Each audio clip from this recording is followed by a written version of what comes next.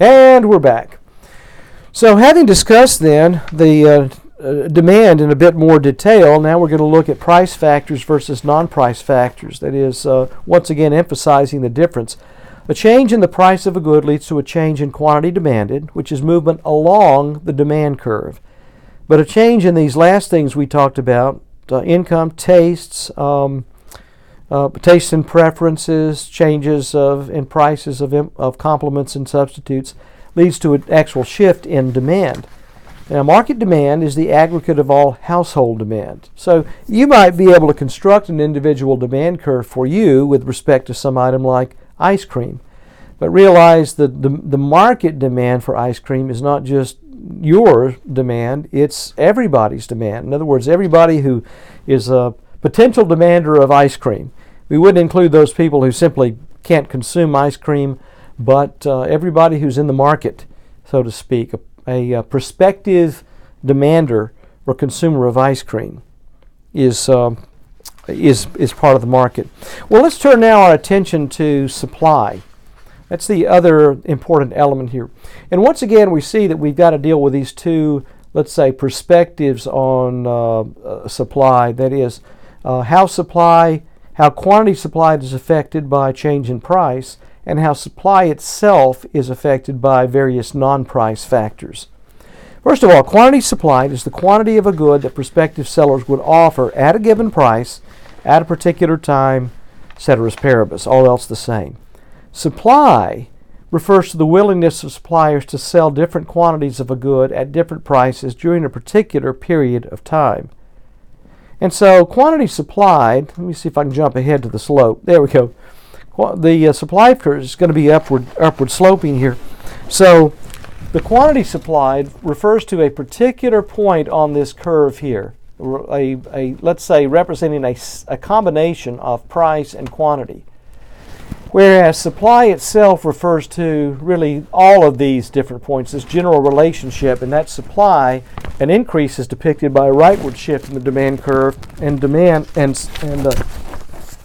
a decrease in supply is depicted or represented by a leftward shift in the demand curve. Let me go back to this. Okay, we saw that.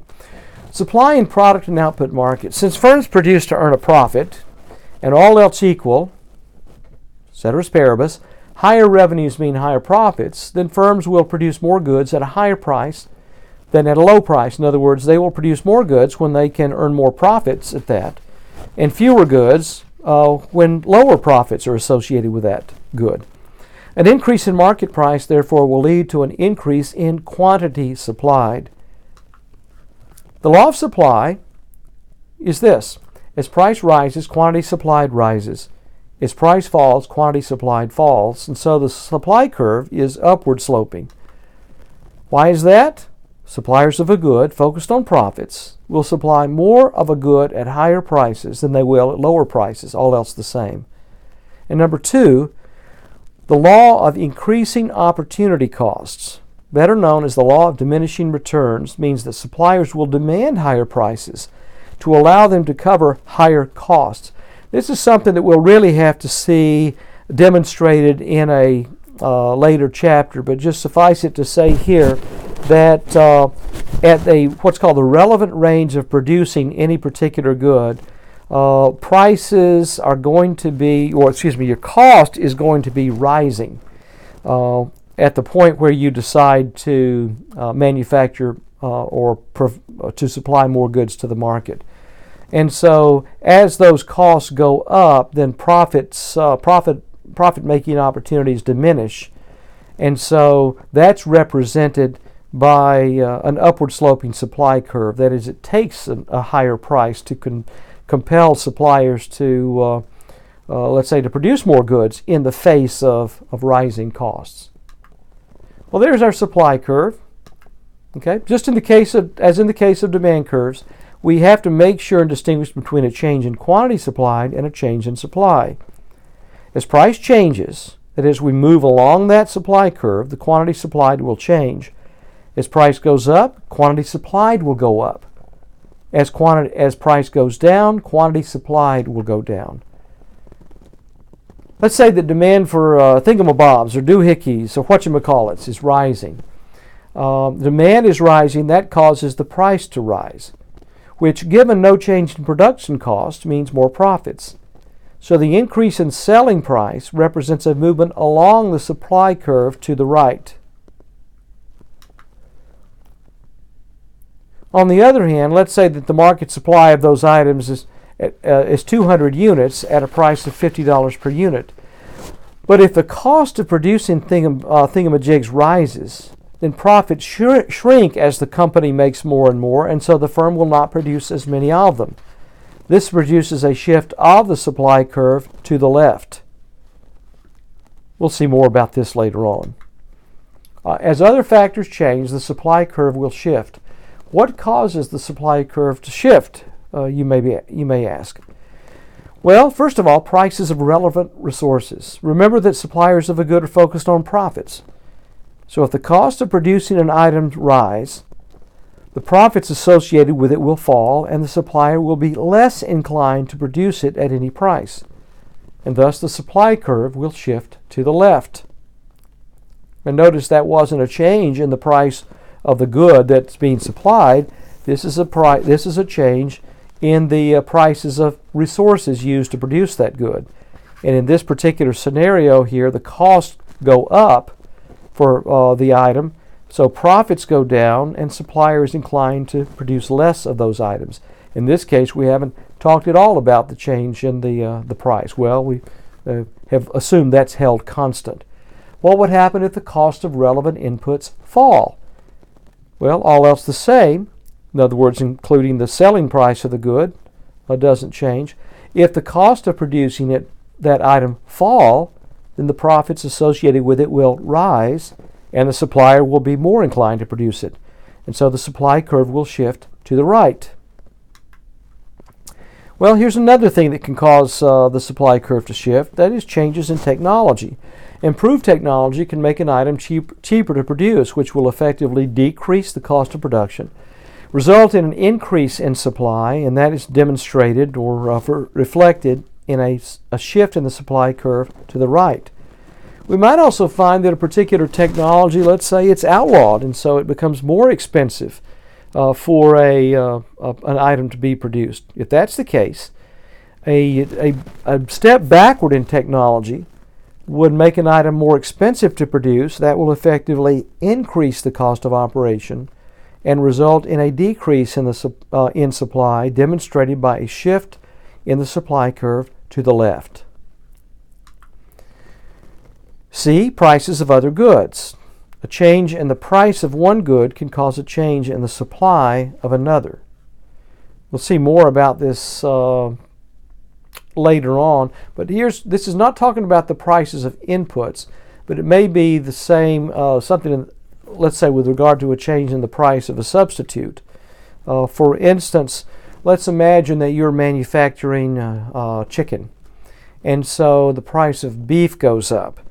Well, that's a change in the price of beef, not chicken, but more people now will demand more goods. And increase in demand will result in increased supply of the good that you're selling, if you're selling chicken. And so here in the case, it's really a change in the price of a substitute that results in a change in the demand for the product that you supply, and therefore a change in the let's say the price of the good that you would be able to get for that. Let's say a farmer raises mainly wheat, but quinoa prices have gone sky high. He decides to plant quinoa and reduce his wheat crop. Thus, the higher price of quinoa results in a decrease in the supply of wheats. Okay. Another item, expectations about future prices, just as we saw in the case of demand. Producers may hold back goods if they think the future price will be higher than today's price. As a result of that, you may have a reduced supply of the good today because you anticipate that you prefer to supply your goods in the future when the price is going to be higher. On the other hand, they may decide to go ahead and sell now if they think the future price will fall. Taxes and subsidies. Government actions can distort market prices. We've seen that particularly in the case of, let's say, corn. Because a lot of the corn crop in the U.S., not a majority of it, but a significant minority, the corn crop is used to make ethanol.